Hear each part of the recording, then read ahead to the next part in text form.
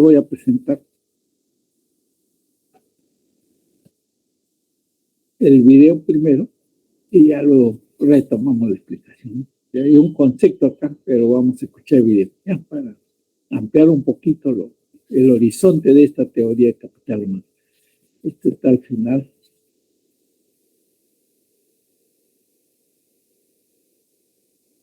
El tema a explicar ahora es justamente el capital humano. Hay que entender las capacidades que tiene una persona, el trabajador en una empresa o si labora para el Estado, ¿no? Cómo desarrolla esas capacidades para básicamente aumentar su productividad, ¿no?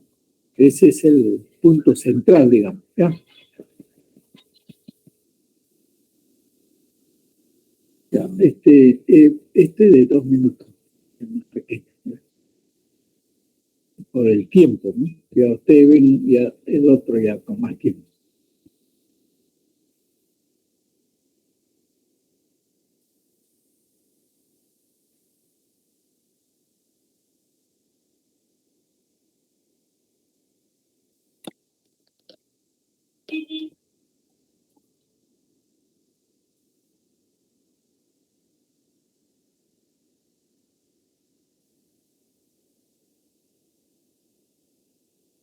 Este es más largo. Win at work by communicating effectively with Grammarly. Meet Todd. He is emailing a difficult. Este de 6 minutos.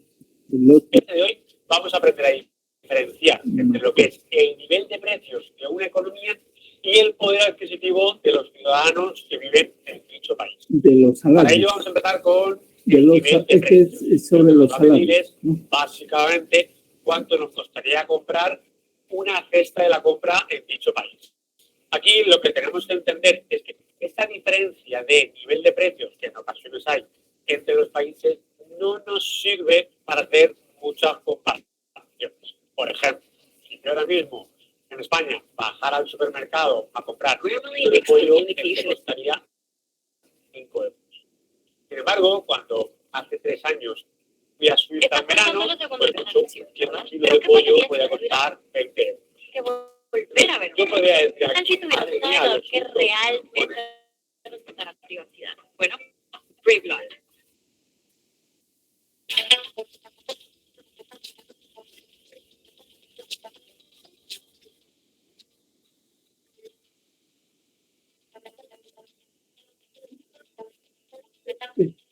El origen del capital humano.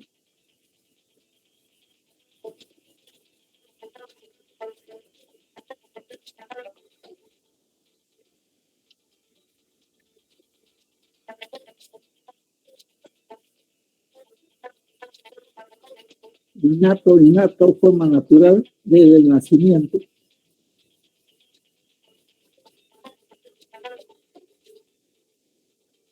Y adquirido es a través de la educación, ¿no? Y a través de varios años.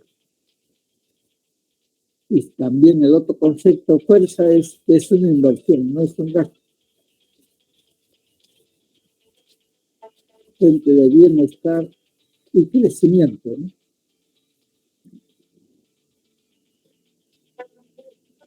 Es una inversión económica que debe hacer para así mejorar a las personas y a la sociedad en general, ¿no? Sin conocimiento no hay bienestar humano.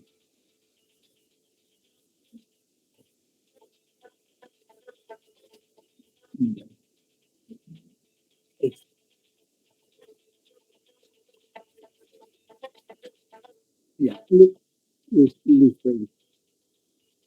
Está repetido. Ya, listo. Ya, ahora sí. Entonces, este es el concepto de capital humano que se ha traducido en varios puntos, ¿no? Ya voy a...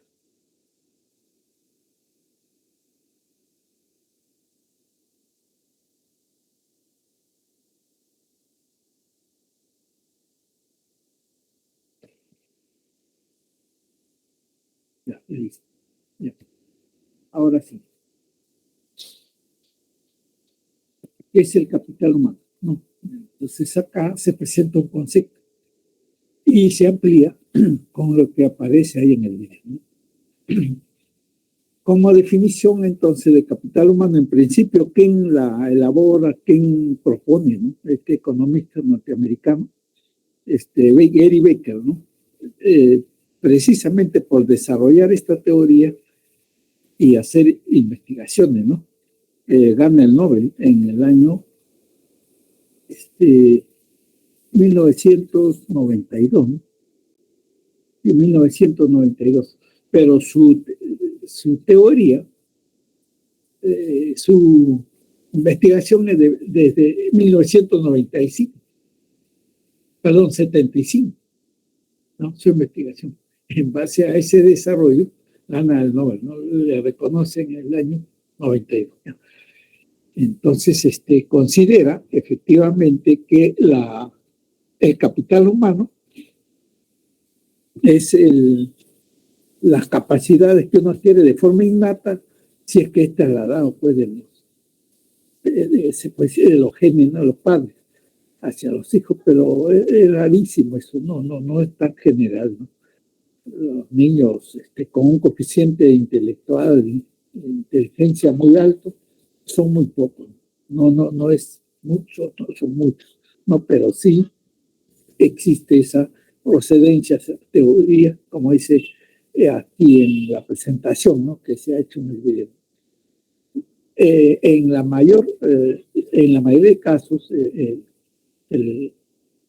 ese conjunto de capacidades es adquirida, ¿no? Se adquiere, ¿cómo?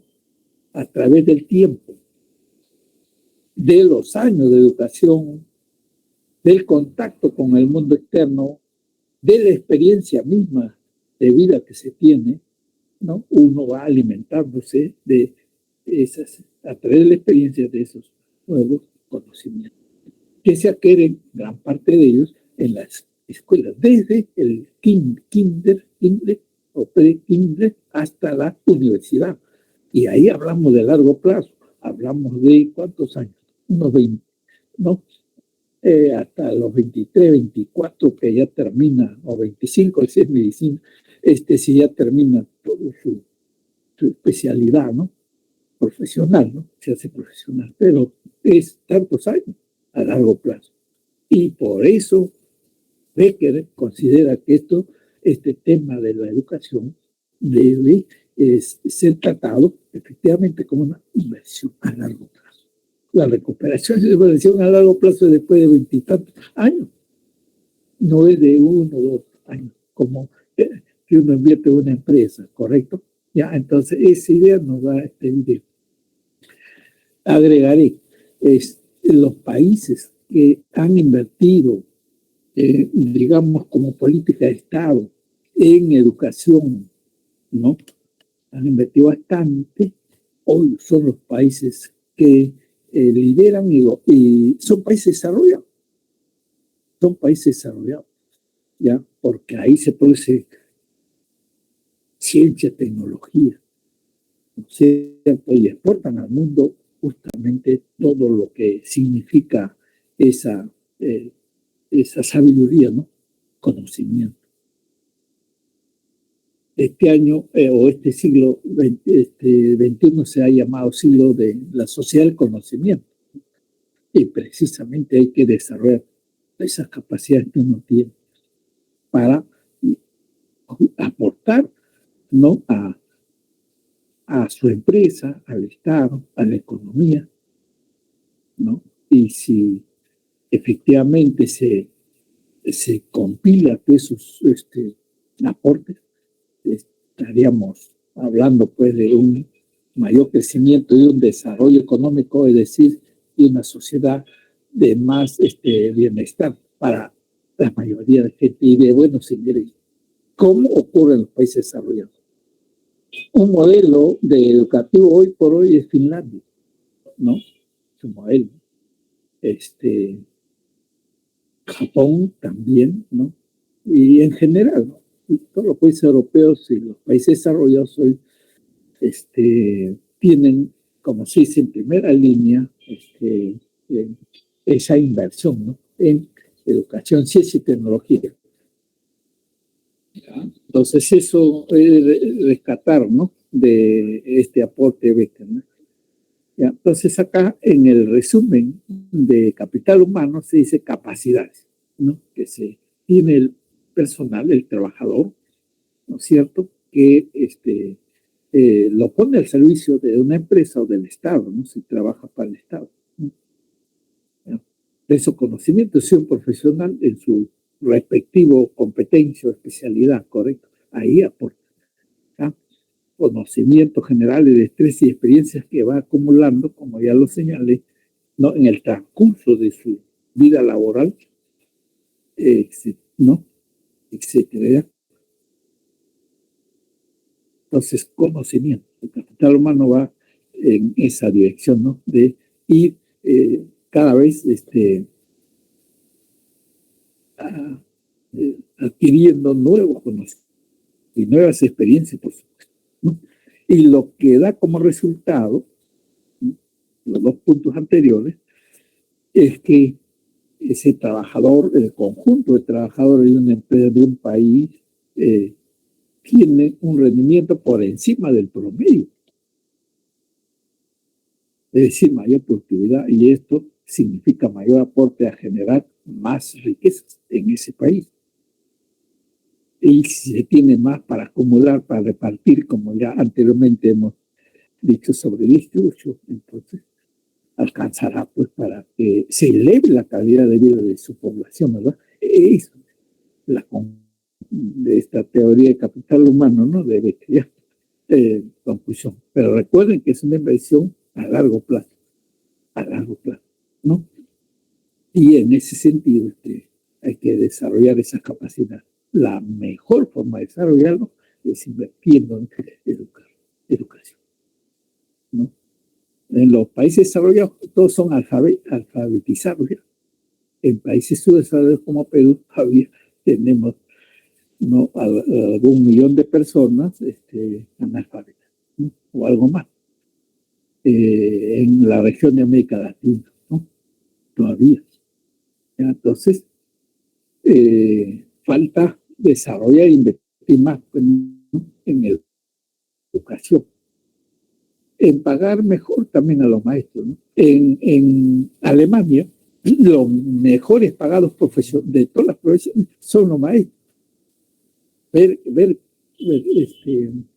Ya me olvidé de la premier de la presidenta alemana, decía pues que los maestros son las lumbreras que forman profesionales. O sea, los maestros, ¿no?, desde los primeros niveles hasta que llega a la universidad, y ahí ya se culmina la formación de ese alumno. Y por lo tanto, al profesor, al maestro que les enseñe, que forma ese profesor, debe pagársele y reconocérsele bien, ¿sí? Y no como acá, ¿no?, en el Perú, ¿no? En América Latina somos los penúltimos justamente en invertir en ciencia e investigación, en darle un mejor presupuesto al sector público, en particular a las universidades. Ya, listo. Vamos ahora a continuar, ¿ya? ¿Qué es el salario? Esto ya lo hemos en la clase anterior, cuando hablamos de distribución, ¿no? Ahí lo hemos precisado, ¿no? Es el pago de remuneración a la fuerza laboral, a la fuerza de trabajo, ¿no? Entonces, precio pagado a la fuerza de trabajo. Se compensa, ¿qué cosa? Con el salario. Todas las energías que ese trabajador a lo largo de la jornada laboral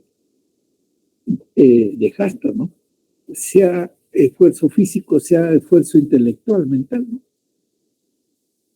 Eso se reconoce y se compensa a través del salario que recibe. Y ahí con esos ingresos, que son sus salarios, puede él recuperar sus energías, ¿no? Es decir, alimentarse, comprarse medicinas si se enferma, trasladarse de un lado a otro, ¿no? Transporte, ¿no? etcétera, ¿no?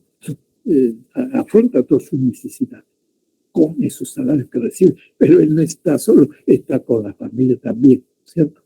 Entonces, eso es lo que se pone acá, ¿no? ¿Ya? Ahora vamos a ver diferentes clases de salario, ¿no? Y acá se ve, no, el salario en moneda nuestra de Perú es soles, ¿no? En soles. No se pagan en dólares, menos en bienes. Eso fue en la antigüedad el que pago en bienes. Entonces ahora es en soles, ¿no? En dinero. Eso es flujo nominal, como hablamos anteriormente, ¿no? O lo definimos así, ¿ya? ¿Ya? ¿Qué elementos o factores influyen en ese salario que se le paga y reconoce al trabajador, ¿no? En primer lugar, costo de vida, primer factor. Y el costo de vida resume todo digamos, los bienes, ¿no? Y servicios que diariamente adquirimos en el mercado. Desde el pollo, el arroz, los limones, en fin, todo lo que compone la canasta de consumo del trabajador y su familia. ¿Ya? Y estos precios ahora en estos últimos meses, días, se están elevando por diversas razones. También la inflación está en Perú, ya bordea los 6%, un poco más del 5%, en Estados Unidos 10%. Pero este es un fenómeno no de Perú solo, no solo de Perú, es de la mayoría de países en el mundo, afectados por la pandemia pues, del COVID desde el 2020, ¿no? Que se paralizó inclusive la economía, ¿cierto? Y últimamente por la guerra entre Rusia y Ucrania, porque son productores, controlan el 30% de la producción de granos y de energía, ¿no? De petróleo, ¿no? Entonces esa distribución no está llegando normalmente a todos los mercados, a todos los países, y por esa razón los precios de esto se elevan en el mercado mundial. Y cuando nosotros compramos el trigo, porque importamos el 90% del trigo, importamos petróleo, ¿cierto? Maíz amarillo duro también para el alimento de los pollos tan caro, ¿no? Entonces, los empresarios logran que los suben sus precios. Y el precio del pollo ya es alto. El precio del pan, ya ahora estamos comprando 3. Hace un año, 2 años compramos 8, 10 pan, o un solo. ¿No? Entonces ahí se ve ese impacto, ¿ya? Costo de vida. Segundo punto. El costo de vida tiene que ver con la inflación, ¿no? Con el alza de los precios. Ya, segundo punto, condiciones del mercado laboral, ¿no? Oferta, no solamente hay oferta, ¿no? También hay demanda. La oferta es la cantidad de personas dispuestas a laborar, a trabajar. ¿Quién no quiere lograr o conseguir un puesto formal de trabajo? ¿No es cierto? Presentar un currículo, concursar o, bueno, acceder a ese puesto de trabajo, ¿no? ¿Ya? Entonces, las condiciones actuales es difícil, ¿no? Porque no hay nuevos puestos de trabajo. Más bien se está recuperando de lo anterior, ¿no? Por efecto de la crisis serrana, ¿no? Y están reabriendo sus puertos, ¿no? O sea, mejor dicho, recuperando, ¿no? Su inversión o actualizando su inversión, ¿no? Hay trabajadores, sin embargo, dispuestos a trabajar, pero como han sido despedidos, entonces ahora la actividad que realizan es informal, como también lo explicamos en la clase anterior, ¿correcto? ¿Ya? Oferta de trabajo. Y por otro lado, la demanda se ha estancado, ¿no? O no hay. Ha caído la inversión privada, está cayendo la inversión pública, ¿cierto? Entonces no hay creación, ¿no? De nuevos puestos de trabajo, ¿no? Entonces, eso es lo que se observa acá en el mercado laboral, oferta, demanda, ¿no? Productividad es el mayor rendimiento del trabajador, pero por capacidades que se desarrollan a través de justamente de su programa, ¿no? Si son intelectuales, de su programa de estudios que sigue, ¿no? La universidad y luego maestría y doctorado. ¿Sí? Entonces ya con eso conocimiento pueden, digamos, gestionar mejor una empresa. Un máster en MBA en conducir, ¿no? Gestionar una empresa, ¿cierto? En Estados Unidos contratan doctores, ¿no? Para ponerlo ahí de gerentes generales. Ganan un sueldo muy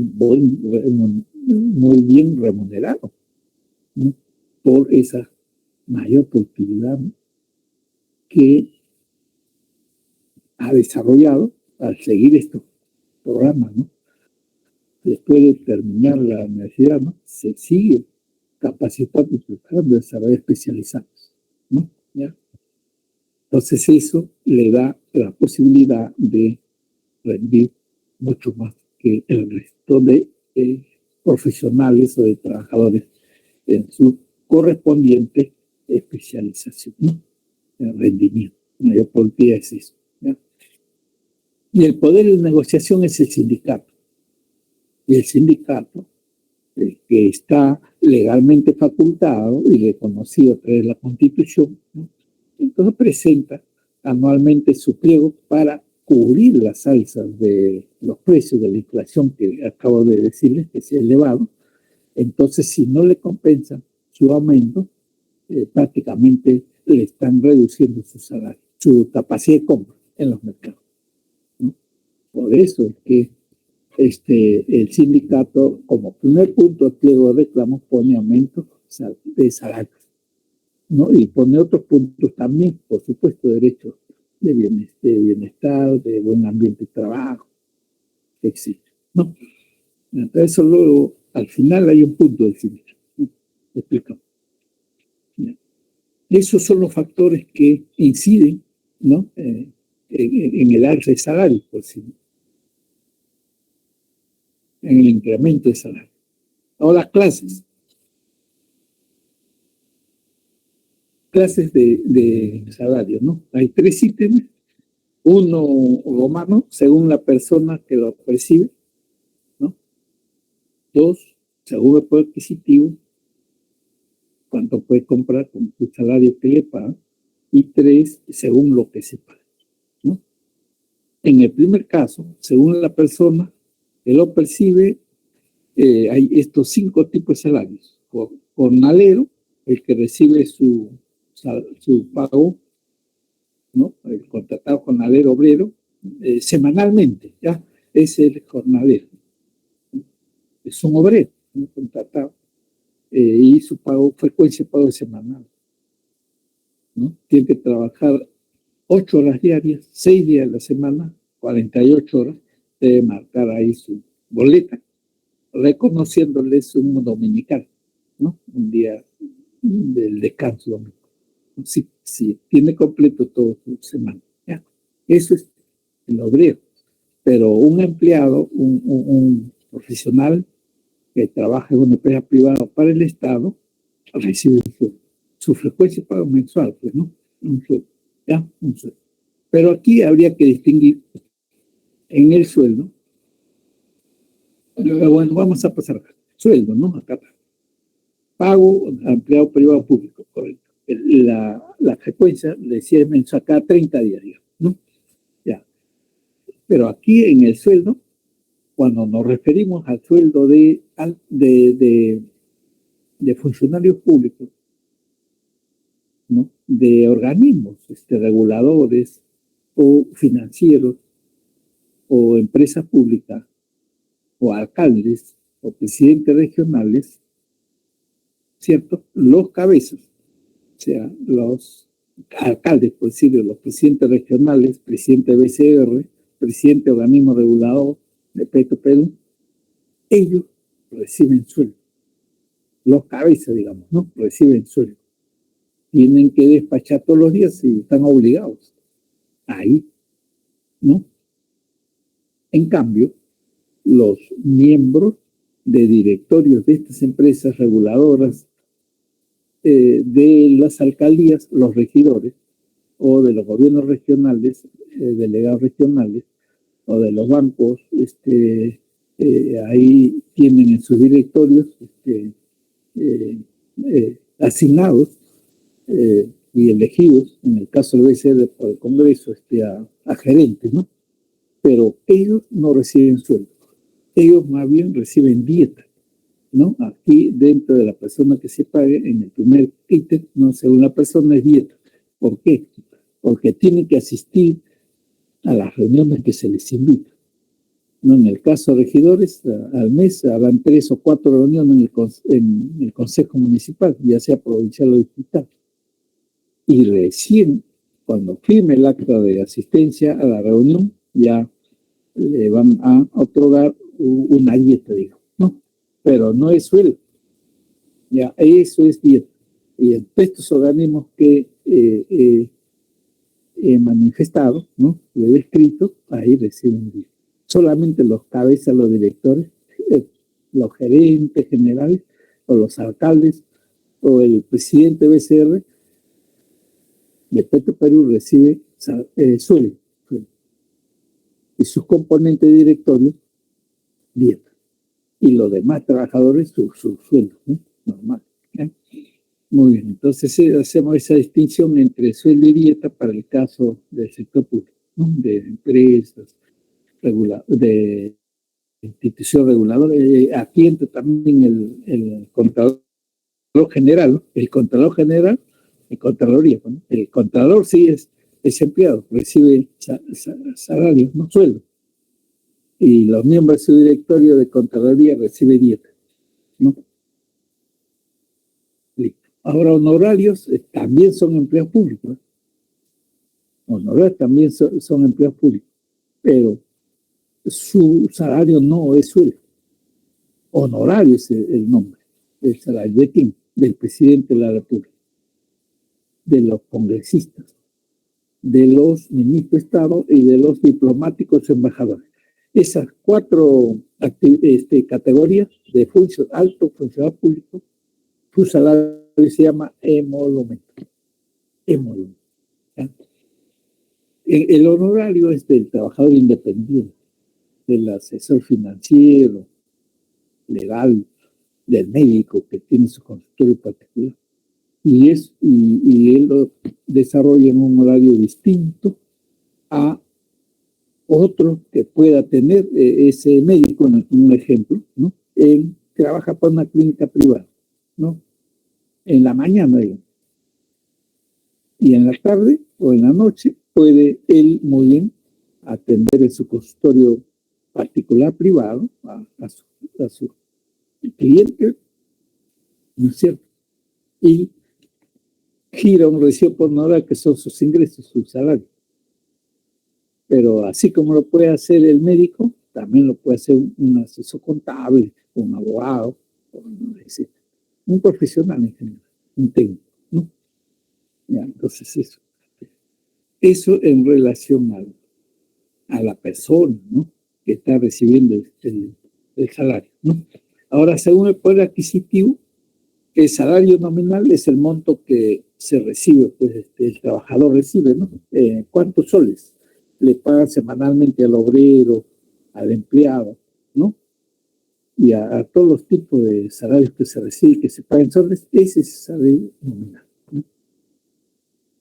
Según el poder adquisitivo, todos los salarios que reciben todas estas, ¿no? Tipo de personas o trabajadores, lo que reciben su salario nominal, ¿ya? Pero también hay otro salario real. Y el salario real, ya vamos a ir por acá, porque acá hay ¿no? El concepto, ¿no? El mínimo salario real, ¿no? Acá está. Ahí está, ¿no?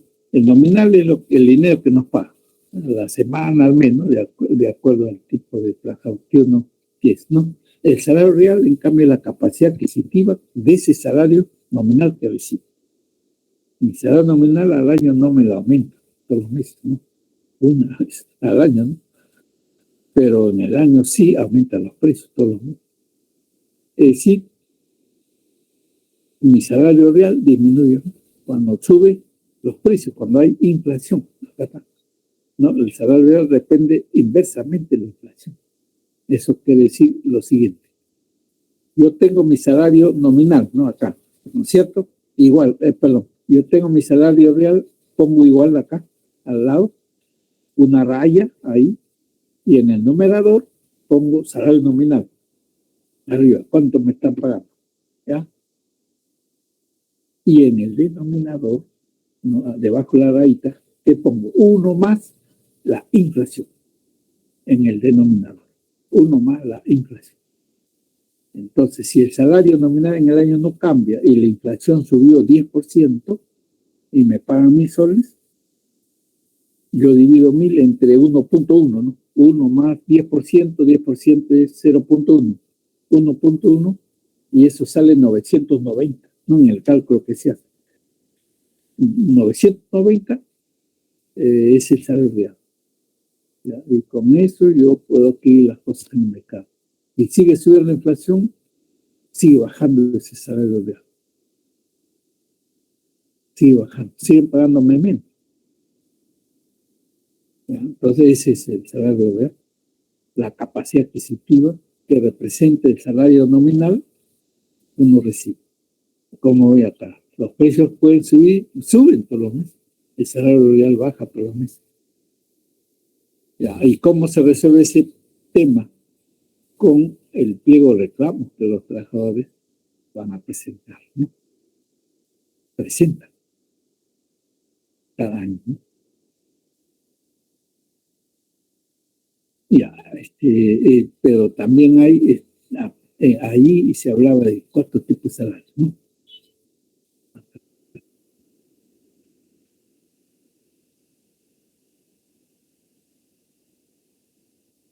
Acá, ¿no? Nominal, lo que se paga real, lo que acabo de explicar, ¿no? Rayita, igual rayita, y arriba nominal sobre uno más la inflación. Esa es la forma, ¿no? Mínimo legal lo establece el gobierno, por ley o decreto ley. Actualmente es 1.025. El último aumento, ¿no? Que se dio de 950, aumentó a 1.025. ¿Ya?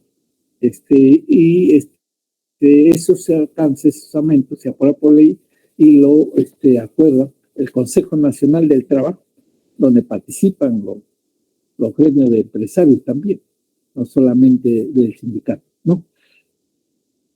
Y el mínimo vital es a través de una encuesta lo que el INEI estima para 5 miembros del hogar, de la familia, que debe ganar, no ese cabeza hogar, ese trabajador, 1.800.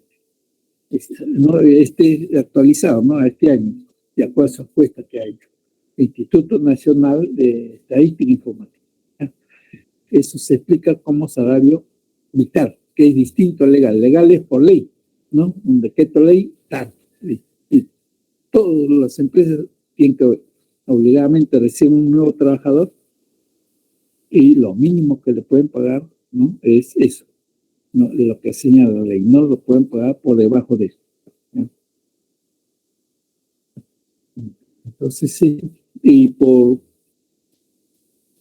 según lo que se pague, por tiempo se reconoce horas trabajadas, días, semanas, meses, años, ¿no? Para liquidar al trabajador, para pagarle su semana de estar pasado, trabajó, faltó, no faltó, cuántos días o cuántos minutos, ¿no?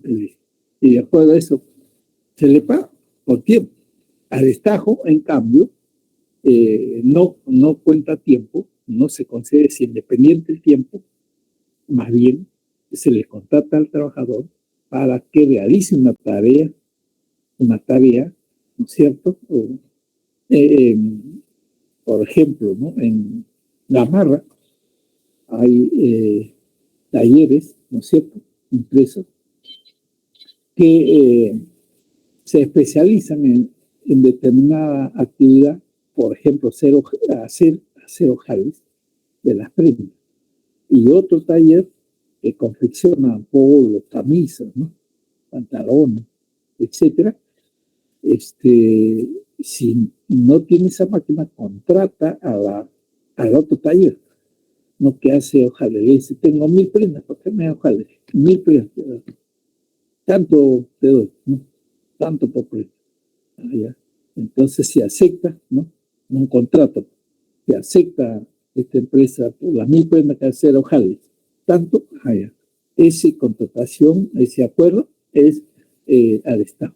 Porque ahí no le dice que lo haga en una hora, en un día, 2 días, no. 1000 prendas. ¿Ya? Y le paga por las 1000 prendas. Entonces eso es al Estado, ¿no?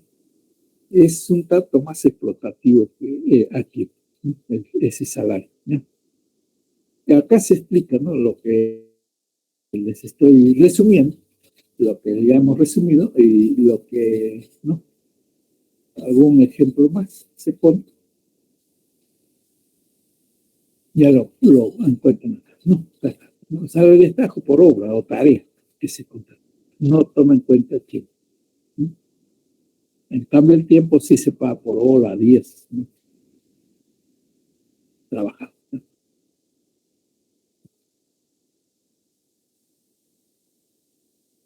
Discriminación salarial. Este tema de la discriminación lo hablamos, lo explicamos la clase pasada, ¿se recuerdan?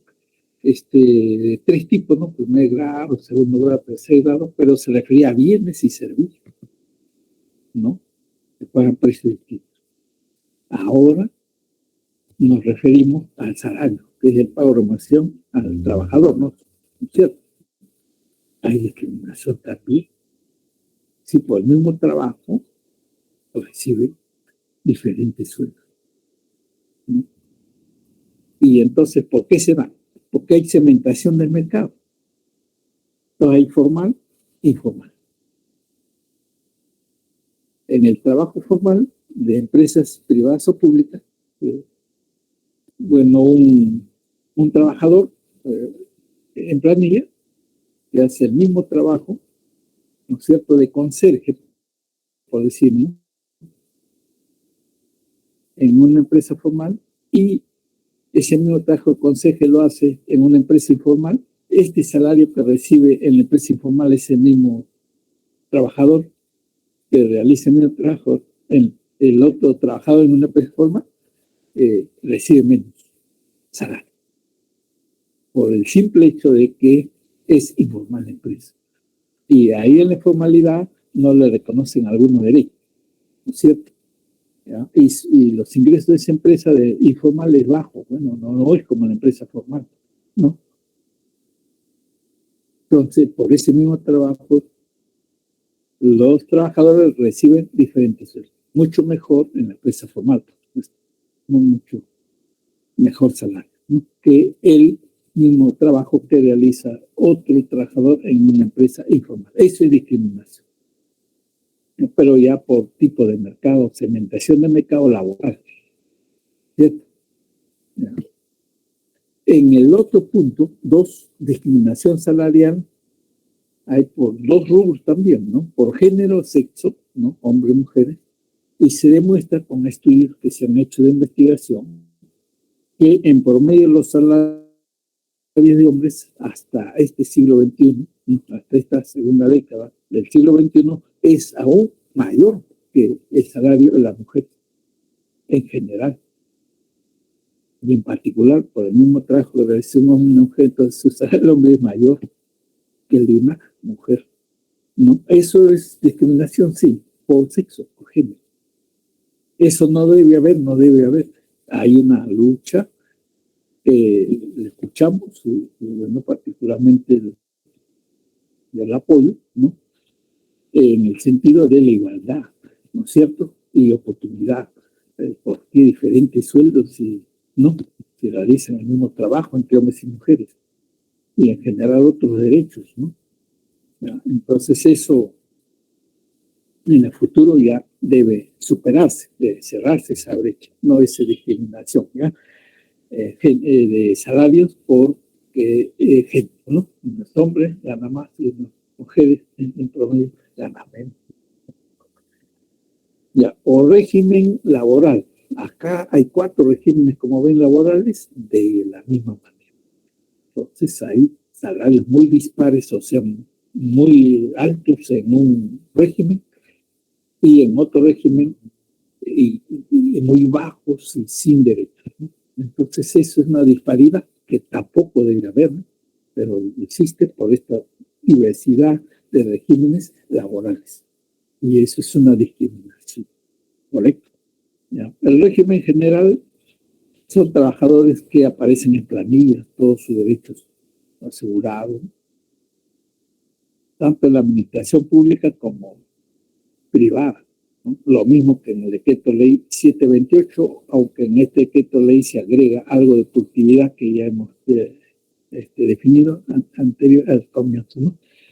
Y competitividad para mejorar, reconocerles un mejor salario, ¿no? El CAS es contratación de trabajadores en el Estado, también en el privado, como se explicaba en la clase anterior, ¿cierto? Y allí no se reconoce derecho, ¿no? Acá, ¿cierto? Ya hay una ley que va a permitir pasarlos al régimen decreto ley 728 o a algunos otros, tal vez al régimen general, pero ya debe desaparecer, ¿no? Ese caso. Porque no tenían vacaciones, ahora se les está reconociendo medias vacaciones a los casos, ¿no? Y los que no tienen ningún derecho son locación de servicio.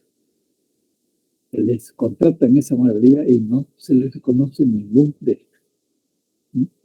Y se les paga, bueno, un salario también un poquito más del mínimo, pero bueno, no es el salario que normalmente debieran ganar, ¿no? Porque algunos son, se diría, técnicos, profesionales, ¿no? Que aceptan estas condiciones porque no encuentran, como les explicaba ya también hace un momento, las oportunidades en empresas formales o en el sector público, ¿no? Aceptan esas condiciones, ¿ya? Para graficar un poquito esto de la discriminación, una secretaria que se contrata en Petro Perú en este organismo regulador en el Congreso, ¿no? Por la modalidad CAS, ¿no? Puede recibir un pago de 7,000, 8,000 soles, ¿no? Y en la universidad, ¿no? En un CAS, la locación de servicio no pasa de 1,300, ¿no? Más o menos. O sea, ¿por qué esa diferencia? ¿No? Realizando la misma labor, el mismo trabajo de secretaria, ¿no? ¿Ya? Esa es discriminación, ¿no? Pero también a un docente universitario, un profesor que tiene que pasar 15, 20 años para llegar a la categoría de profesor principal, recibe 7,000, ¿no? 7,500, 7,600 más o menos, ¿no? Y la secretaria, ¿no? Sin esa cantidad de años de experiencia laboral y sin la responsabilidad, ¿no es cierto? El docente debe ser principal de forma profesional, como ya también me referí hace un rato, ¿no? Pero gana esa cantidad.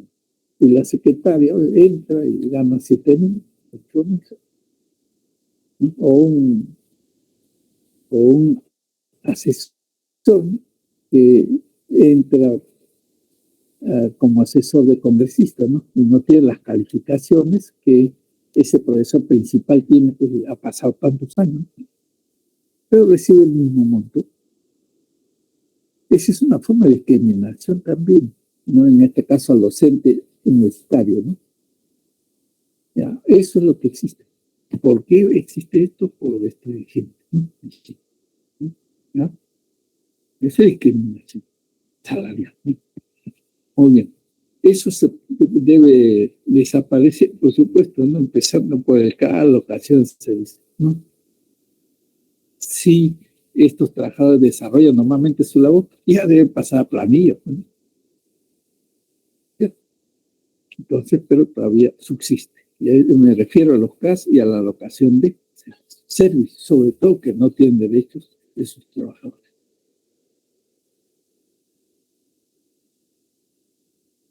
El sindicato.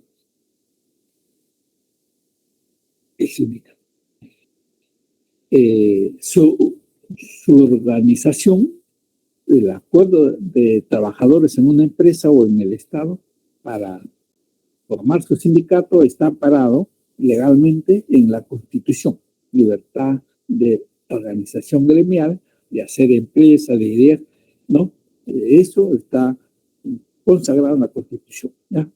Entonces, ellos se organizan, se unen y forman su sindicato para defender derechos gremiales, económicos, sociales, ¿no? De la labor que desempeñan dentro de una empresa, ¿correcto? No políticos no, solamente gremiales, ¿sabes? ¿No? Eso, como dice acá, ¿no? Mejores salariales, ¿ya? En el derecho, ¿no? Eso. Y también para presentar, pues, ¿no? sus reclamos a la patronal, o sea, a los dueños de las empresas o a funcionarios del Estado, ¿no? Para que resuelva su problema, sobre todo, como explicamos, el primer punto de su pliego, que es aumento de salario. O sea, al año tienen opción de presentar por única vez su pliego a cada año. Y en función de cómo va la empresa, ¿no? Respecto de sus ingresos, de las utilidades, ¿no? Que reciben los dueños de las empresas. Si eso va bien, entonces, ¿por qué no mejorarle los salarios de sus trabajadores? ¿Correcto? ¿Ya? Entonces, eso es poder de negociación de los sindicatos. Reclamar un aumento justo de su salario, ¿no? Ahora, dentro de la empresa hay conflictos, ¿no? de trabajo, pensiones, como se pone acá. ¿Por qué? Porque los dueños de las empresas generalmente pues no comprenden o no quieren comprender que es legal que se organicen los trabajadores y formen su sindicato. Lo que hacen, ¿no? ¿Qué cosa es? Boicotear eso y despedir a los impulsores, a los promotores de hacer el sindicato, los dueños de la empresa.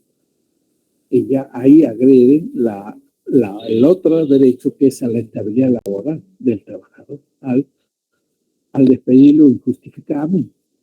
Y entonces, con más razón, los trabajadores, ¿no? Ahí reclaman, ¿no? Pero se dan esos conflictos, salarios bajos, maltratos, trabajos viejos no, que se desarrolla en la empresa, no le dan las mejores condiciones, ¿no? Para que no sufran accidentes, etc. Todo eso es parte de los conflictos, ¿no? Desacuerdos entre trabajadores y los dueños de las empresas, ¿no? O el Estado también, ¿no? O el Estado. Acá están las causas, ¿no? Como he manifestado, salario bajo, maltratos, despidos, represalias de los dueños de las empresas contra los dirigentes, ¿no? Condiciones laborales adversas a desarrollar el trabajo por parte de trabajador, pues, ¿no? Entonces todo eso genera ese conflicto, ¿no? Lleva ese conflicto interno, ¿no? Dentro de la empresa.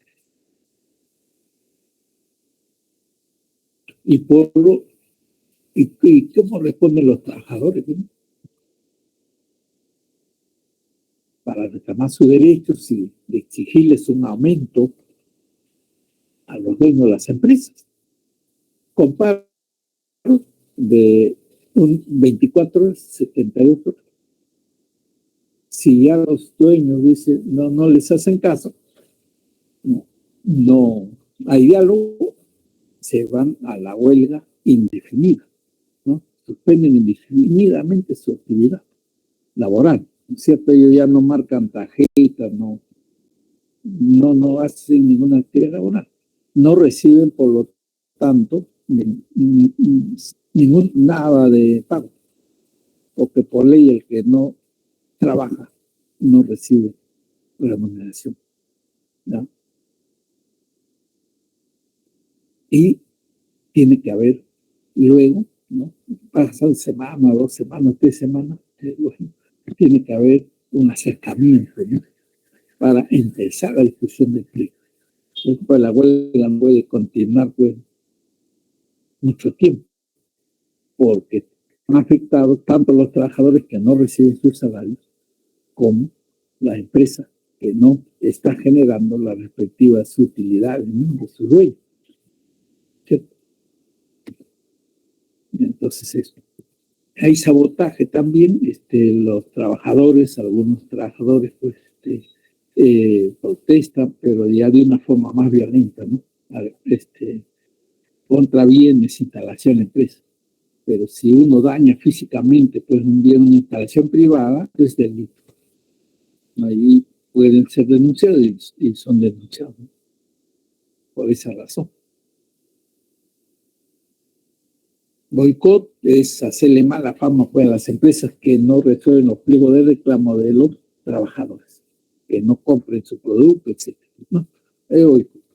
Y lookout es la respuesta de los dueños de las empresas amenazando a los trabajadores que también huelgan, que todos van a ser despedidos porque va a cerrar su empresa, ¿no? Amenazan, eso se llama lookout, ¿no? Es una amenaza. Ahora de la amenaza a la acción concreta de cerrar su empresa, ¿no? Estos dueños tienen que demostrar por qué, ¿no? Justificar por qué van a cerrar la empresa ante el Ministerio de Trabajo. No es tan sencillo. Entonces, pero como amenaza sí lo hacen.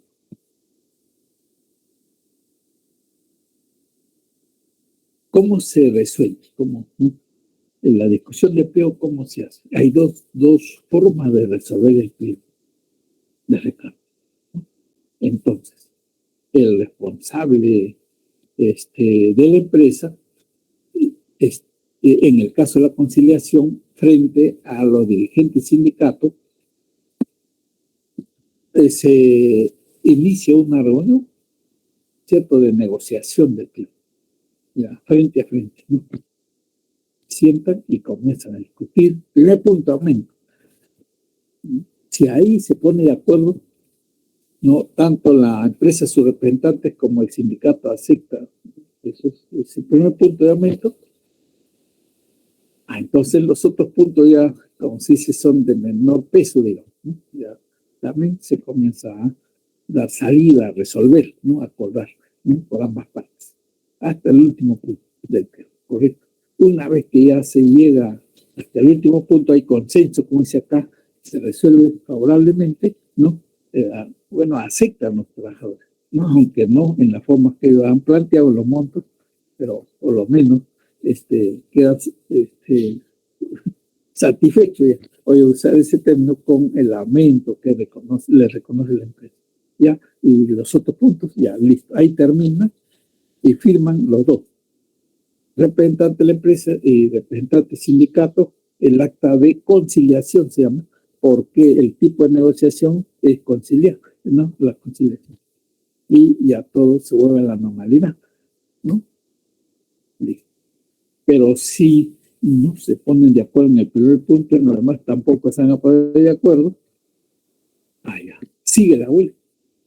Y tiene que resolverse a otro nivel, ¿no? De otra manera. Y eso se llama solución por un arbitraje. Pero en el arbitraje participa una persona más, ya no ya no solo el sindicato, los dirigentes sindicatos, ni los representantes de la empresa, sino viene el delegado funcionario del Ministerio de Trabajo. No, él trae la solución. No, él trae la solución sin favorecer al sindicato, tampoco a la empresa. Su posición de neutralidad como árbitro que debe prevalecer, ¿no? Ahí se señala acá, ¿no? Abajo, ¿ya? Interviene en calidad de árbitro. Ya, ahí él da la solución, tanto de amén, ¿no? Y los otros puntos, esta es la solución, todos los otros puntos. Y ambas partes, el sindicato y la empresa aceptan. Y firma el acta de arbitraje. Y ya no es el acta de conciliación, ya no, acta de arbitraje. Y ahí firman los tres representantes, ¿no? Del Ministerio de Trabajo, del sindicato y de la empresa. ¿Ya? El último punto, que ya estamos sobre la hora, es Organización Internacional del Trabajo. Este organismo sería un organismo de participación, ¿no? De muchos países, ¿cierto? Bueno, tiene un nombre, un organismo donde participan, ¿no? Delegados, tanto de sindicatos, federaciones de distintos países, como los delegados de los ministerios de trabajo y además de representantes de empresarios privados, ¿no? Se reúnen ahí anualmente para evaluar y monitorear justamente el tratamiento y los alcances pues, de nuevas leyes laborales o violaciones de las leyes laborales, los objetivos que tienen las empresas respecto, ¿no? de oportunidades de trabajo que puedan mejorar en algunos países y en ciertas regiones, ¿no? O sea, todo eso se discute. Y los gobiernos que deben dar las leyes y hacer prevalecer, ¿no? Cumpliendo esas leyes, ¿no? De trabajadores laborales, ¿no? Sobre todo de estabilidad, etcétera. Todo eso es parte de los objetivos de Organización Internacional del Trabajo. Está aquí. Mejorar la calidad de vida, por supuesto, ¿no? Etcétera. Crear mayores oportunidades para empleo dignos y ingresos, mejores ingresos. Pero ¿quién tiene esa posibilidad? Las empresarios, mayor inversión, correcto. Y el Estado debe comprometerse a crear un clima de paz, de estabilidad y de atraer nuevas inversiones. Eso, digamos, es parte de estos objetivos de OIT, ¿ya? Organismo Internacional de los Trabajadores, o del Trabajo, ¿no? Tiene 3 órganos ahí: Conferencia Internacional, Consejo y Oficina, para justamente dar alcances y mejorar las condiciones de vida, ¿no? En los diferentes países en el cual su labor alcanza, ¿no? Clase. O claves, ¿no? 1B, 2D, 3C, 4D, 5A, 6C, 7D, 8C, 9B, 10B. Gracias por su atención a la clase y seguir en esta preparación, ¿no es cierto? Revisando todos los materiales y sobre todo aquellos temas que todavía les falta un poco no profundizar, y ir al chat, al profesor del chat, que también resuelve la duda, ¿no? ¿Ya? Gracias. Buenas tardes con todos y todas, y a la señorita Victoria también. Gracias. Vamos a salir. Y buen fin de semana, ¿no? Y ya estamos bien, ¿cierto? Buenas tardes con todos. Y ya nos vemos la siguiente clase, siguiente viernes.